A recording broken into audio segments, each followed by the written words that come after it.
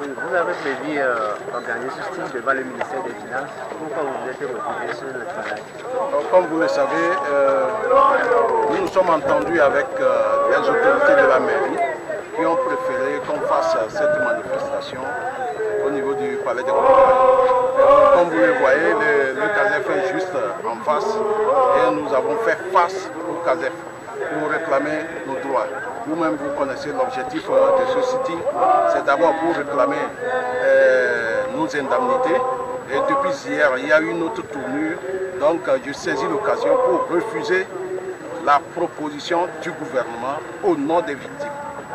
Nous voudrions que nos indemnités soient versées sur le compte CAPA de nos avocats et qu'avec nos avocats, nous allons nous entendre.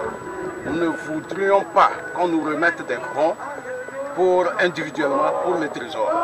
Nous voudrions que le gouvernement puisse respecter la procédure habituelle avec les avocats.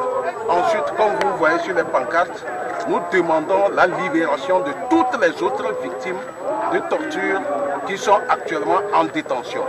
Il s'agit de Pachanya Simbe, de Serou Obagiti, de Dantema Kokucha, Sassou Efoué Sassoubi, de Tchingilou, de Ati, et je ne sais pas si j'ai oublié quelqu'un, mais Essor Nyasimbe. Nous voudrions que les autorités togolaises les libèrent parce que s'il faut se référer à l'article 15 de la Convention contre la torture, dès que les aveux ont été obtenus ou bien les aveux sont obtenus à travers la torture, donc toute la procédure tombe. Ensuite, la Cour de la CEDEAO a qualifié notre procès d'inéquitable. Donc toutes les condamnations tombent aussi. Donc du moment où les condamnations tombent, ceux qui sont encore en détention doivent être libérés. Et nous devrions être dédommagés. Et ensuite, nous avons aussi d'autres choses que nous allons réclamer. Et concrètement, quelle est la nouvelle proposition du gouvernement?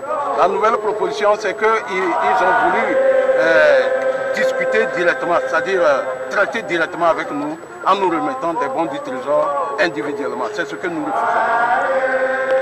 Est-ce qu'il y aura des manifestations cette manifestation? Non, nous avons l'espoir. Puisque hier, ils ont appelé nos avocats au niveau du ministère des Finances. Nous avons espoir qu'ils vont nous entendre et que les victimes, dans leur ensemble, ont décidé de refuser la proposition du gouvernement.